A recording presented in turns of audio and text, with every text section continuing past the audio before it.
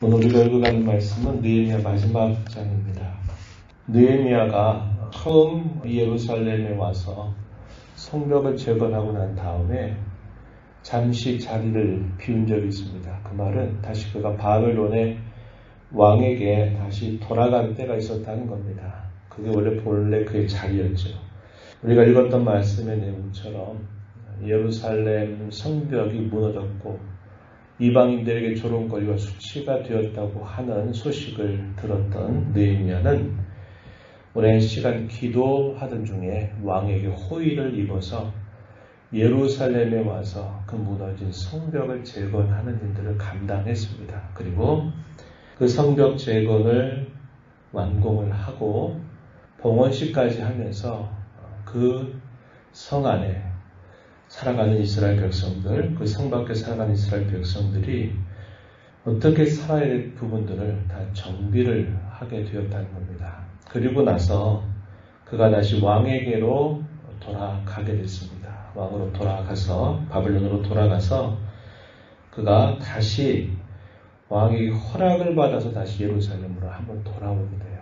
그래서 이 느헤미야 전체 내용 가운데서 1장에서부터 12장까지 어제 읽었던 말씀까지의 내용은 그가 처음 예루살렘에 와서 했던 일들에 대한 기록을 남겨주었다면 이 13장의 내용에서는 왕에게 다시 갔다가 잠시 허락을 받아서 돌아왔을 때 그가 한 일을 기록하고 있다는 겁니다. 그래서 그 사이에 어떠한 변화가 있었고 또다시 예루살렘에 찾아온 느헤미야가 어떠한 일들을 감당하게 되었는가, 그것에 대한 기록이 이 13장에 표현이 되고 있습니다. 그래서 이 12장까지의 내용은 느헤미야의 첫 번째 사역으로 분류하고 이 13장의 내용은 두 번째 사역으로 분류하고 있다는 겁니다. 그가 자리를 비운 사이, 바벨론으로 다시 돌아간 사이 어떤 일들이 일어났는가 하는 것을 우리가 보게 되는데요.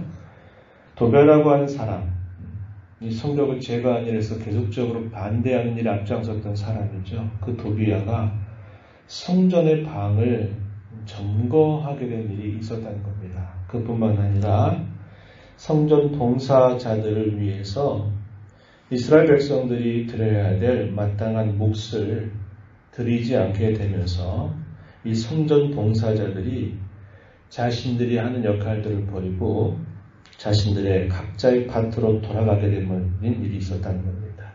안식일에 지켜져야만 되는 규례들이 또 무너져 내려져 있는 상황을 그가 보게 된 것이고, 또 유다 사람들이 이방 사람들의 여인을 맞아서 아내로 삼는 일들, 즉 통혼에 대한 그런 모습들이 나타나고 있는 것을 알게 된 겁니다.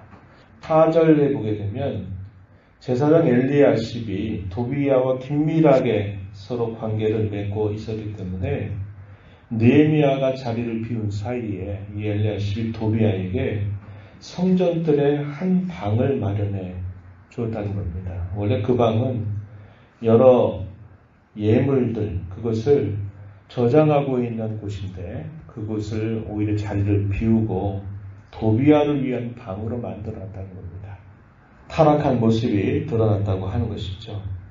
그러한 일로 인해서 나중에 느헤미야가 다시 돌아와서 이 사실을 알고는 이 도비야를 내쫓는 일을 하게 됩니다. 먼저 5절 말씀에 보면은 이렇게 표현했어요.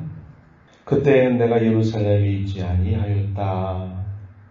그가 바벨론으로 돌아가 있었던 때를 말하는 겁니다. 바벨론 왕 아닥사스다 32년에 내가 왕에게 나아갔다가 며칠 후 왕에게 말미를 청하고 예루살렘에 이르러서 그 악한 일이 이루어졌다는 것을 발견하게 되고서는 그들을 다시 내어 쫓았다라고 이야기해 줍니다. 10절에 가면은 레위 사람들이 받을 몫을 이스라엘 백성들이 주지 않는 일로 인해서 이들이 자신들이 감당해야 될 이 성전의 직무를 감당치 못하고 자기 밭으로 도망가버린 일이 있었다는 겁니다. 이 말은 그들의 종교적인 형태가 무너져 내렸다는 것을 뜻하는 말이죠. 이 말을 들은 느헤미야는 그 부분을 다시 바로 잡게 됩니다. 그래서 우선적으로 모든 민장들, 백성의 지도자들을 책망을 하고요. 그리고 다시 이스라엘 백성들로 하여금 하나님께 드릴 그런 예물들, 그것을 드리게 합니다. 그리고서는 충직한 사람을 세워서 그 일을 잘 감당하도록 역할을 부여해 주게 돼요. 그 충직한 자가 어떤 사람이냐면 셀렘마라고 하는 사람, 또 사도 부다야라고 하는 사람을 세워서 그 일을 감당하도록 하게 한 것입니다. 이스라엘이 타락이 될 때 항상 이러한 현상들이 있었다는 거예요.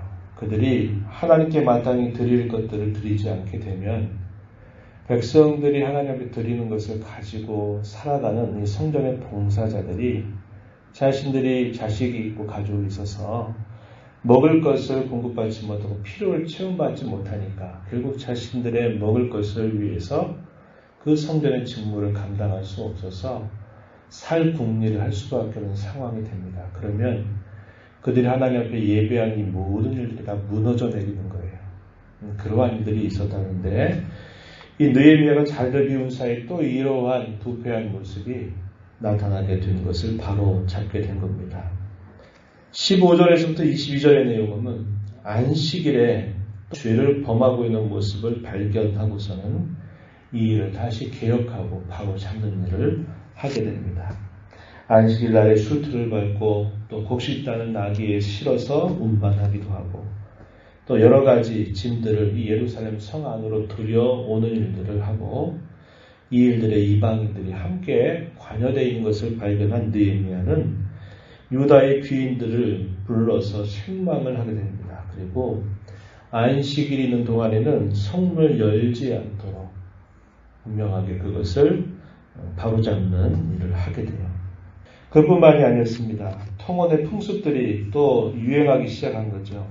23절 이하에 보게 되면 유다 사람들이 아스돗 사람, 암몬 사람, 모압 사람 그 여인들을 자신들의 아내로 맞는 일을 하게 된 겁니다.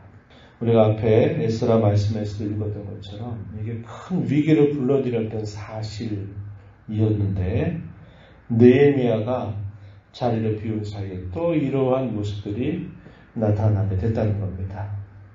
그래서 이 느헤미야는 솔로몬이 어떻게 해서 그가 다스렸던 나라가 큰 어려움에 처해 있는가를 그들에게 떠올리면서 결국 이방 사람을 결국 맞이하고 그들과 관계하는 일 때문에 큰 역사적인 아픔을 겪지 않았느냐, 이것을 그들에게 상기시키면서 당시에 이 성벽의 재건일에 또 앞장섰던 아주 대표적인 반대자 산발랏이라고 하는 사람, 이 산발랏이라고 하는 사람이 또 거기에 관여되어 있는 것을 발견하고서는 내쫓는 일을 단행하게 됩니다. 그리고선 다시 그것을 바로 잡는 그런 모습들이 본문 속에서 표현되고 있다는 겁니다. 우리가 이 말씀을 보면서 또다시 확인하는 사실은 사람의 그 부패한 마음 속에 있는 그 죄성이라고 하는 것이 끊임없이 발동하게 된다는 것을 보게 됩니다. 한번 이러한 일들이 개혁이 되고 정돈이 되어버리면 그 모든 일들이 다 이제는 그 상태로 계속 유지되지 않겠나, 이런 기대를 갖고 있어도 조금만 시간이 지나고 조금만 상황이 바뀌어버리게 되면 이런 부패한 모습으로 또다시 돌아가 버리는 그런 모습을 보게 된다는 겁니다. 이 사람의 마음이 그렇고 사람의 결심이 그렇고 사람이 살아가는 모습이 언제나 그러하다는 것을 우리는 이걸 통해서 살펴보게 되는 겁니다. 그래서 끊임없이 점검하고 끊임없이 개혁하지 않는다면 우리의 신앙은 발전적으로 자라갈 수 없다는 것을 다시 한번 확인하게 되는 겁니다. 그토록 그들이 그 성벽을 완공한 일들을 기뻐하면서 그들이 하나님이 주시는 그런 즐거움을 함께 누리는 일들이 있었지만 그 일들이 또 잊혀져 가버리는 사실이 되어버리고 그들이 그토록 개혁한 일에 함께 동참했던 그 일에 또다시 빠져들어간 그런 모습을 보여주게 된 겁니다. 느헤미야가 있을 때, 그가 자리를 비운 사이, 그가 다시 돌아왔을 때 이런 많은 변화들이 있는 것을 보고 이 느헤미야는 또다시 이것을 바로 개혁하고 잡는 일들을 하게 된 것이죠. 우리의 부패한 마음이 늘 그렇다는 것을 살펴보아야 한다는 겁니다. 그래서 우리는 늘 하나님 앞에서 우리 자신들을 되돌아보지 않는다면, 하나님의 말씀의 거울 앞에 우리 자신을 비춰보지 않는다면 끊임없이 이런 부패한 자리, 죄악된 자리에 빠져갈 수밖에 없다는 것을 언제나 조심하는 자세를 가져야 합니다. 하루 중에 첫 시간을 하나님 앞에 나와서 드리면서 또 말씀을 듣고 또 기도하는 이런 우리의 꾸준한 모습들이 우리로 하여금 부패한 우리의 옛날의 본성으로 되돌아가고 옛생활에 다시 돌아가는 일들을 막는 데 큰 역할을 해주는 겁니다. 그래서 우리는 이 땅에 사는 동안 육신의 장막을 벗는 동안까지 끊임없이 주의 말씀을 통해 개혁하는 일을 또 하고 또 하고 또 하는 일들을 계속 감당해야 된다는 것을 배우게 됩니다. 이러한 일에는 앞장서는 사람, 또 이러한 일들은 또 그 인도를 받는 사람들 모두가 한 마음이 돼서 함께 전진해 나가야 되는 일이다 하는 것을 우리가 기억하면서 주님의 교회를 이루어가는 저와 여러분이 끊임없는 말씀을 통한 기억에 힘을 기울여 한 마음으로 함께 전진해가는 그런 교회, 그러한 성도가 되도록 기도하며 힘써가는 자세가 필요하다는 겁니다. 또 한 가지는 느헤미야가 이렇게 다시 부패한 모습들을 바로 잡고 난 다음에 그가 계속 한 일들이 있었어요. 우리가 읽은 말씀 가운데 14절 한번 가서 보시기 바랍니다. 그가 어떤 일을 했냐면 14절 가서 보면 내 하나님이여 이 일로 말미암아 나를 기억하옵소서. 내 하나님의 전과 그 모든 직무를 위하여 내가 행한 선한 일을 도말하지 마옵소서. 22절로 한번 더 가서 보시기 바랍니다. 22절에 가서 하반절에 보면 내 하나님이여 나를 위하여 이 일도 기억하시옵고 주의 크신 은혜로 나를 아끼시옵소서. 이렇게 있죠. 마지막 부분으로 또 가서 보면 29절 이하에서부터 31절 가서도 보면은 내 하나님이여 그들이 제사장의 직분을 더럽히고 제사장의 직분과 레위 사람에 대한 언약을 어겼사오니 그들을 기억하옵소서. 그러면서 쭉 하는 내용들, 어떤 내용들 그가 표현하고 있으니까 어떤 잘못된 일을 바로잡고 난 다음에 그가 한 일, 하나님께 기도한 일이었습니다. 근데 이 느헤미야의 이런 모습은 우리가 앞에서도 확인했었죠. 많은 대적자들의 반대와 난관 속에서 성벽 공사를 이루어갈 때 한 손에는 일하는 도구를 잡고 또 한 손에는 무기를 잡으면서 밤새도록 지켜나가면서 그 일들을 완공할 때에도 느헤미야가 어떻게 합니까? 하나님께 계속 기도하는 모습을 보여줬다는 겁니다. 어떠한 일들이 시작되기 전에도 기도하고 그 일이 끝난 후에도 기도하는 이 느헤미야의 모습은 우리가 하나님을 섬겨갈 때 분명한 영적인 교훈을 주는 겁니다. 모든 일들이 마무리될 때까지 우리는 하나님께 기도함으로 그 일을 하나님께 의탁드리는 일들을 쉬지 말아야 한다는 것을 배우게 됩니다. 기도하고 시작하는 일, 기도하고 마무리하는 일, 기도하지 않고 시작하는 일, 기도하지 않고 마무리하는 일, 그 결과가 다를 것입니다. 기도를 한다는 것은 우리가 하나님께 맡겨드린다, 의지한다는 것을 표현한 우리의 신앙의 모습이죠. 그래서 우리는 항상 어떠한 일들을 시작한 일, 또 그 일을 마무리한 모든 일에 이르기까지 하나님을 의지하고 기도하는 일들을 잊지 말자고 하는 겁니다. 이것을 우리의 신앙의 교훈으로 삼아서 잘 섬겨가는 저와 여러분이 되기를 진심으로 바랍니다.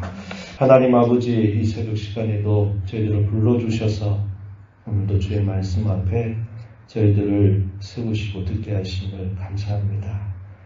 끊임없이 우리의 마음을 들여다보면 볼수록 하나님의 말씀에 붙들려 살지 않는다면, 말씀에 주의를 기울이지 않는다면 늘 부패한 우리의 생각과 모습, 그 과거의 모습으로 돌아가기 쉬운 자들임을 다시 한번 깨닫습니다. 말씀하신 하나님 앞에 또 우리의 기도를 들으신 하나님 앞에 늘 서는 것을 소중한 가치로 여겨서 하나님 앞에서 늘 돌아보고 또 살피고 또 하나님 앞에 의지하고 기도하며 또 우리의 마음을 새롭게 하고 우리의 음식을 새롭게 하는 이 일들을 기쁨으로 잘 감당하며 나아가는 저희들 모두가 되게 해주시기를 간절히 바랍니다. 앞에서 이끌어가며 또 함께 따르면서 이러한 기억의 길을 육신의 장막을 벗을 때까지 잘 감당해 가는 저희들 모두가 되도록 인도하여 주옵소서. 어떠한 일을 시작할 때 그 일이 진행되는 과정에 있을 때 그 일을 마무리할 때마다 늘 하나님 앞에 의지하고 기도하는 느헤미야의 모습을 봅니다. 저희가 이 땅에 살아가는 동안 매사를 주님께 기도함으로 의지하며 주와 더불어 함께 그 일들을 감당하며 나아가는 저희들의 신앙의 걸음이 되도록 인도하여 주옵소서. 이 시간도 주 앞에 나왔습니다. 저희들을 불쌍히 여겨주시며 주 은혜로 저희 심령이 새롭게 해주시길 원하며 저희들의 강구의 길을 기울여 주시옵소서. 예수님 이름으로 기도하옵나이다. 아멘.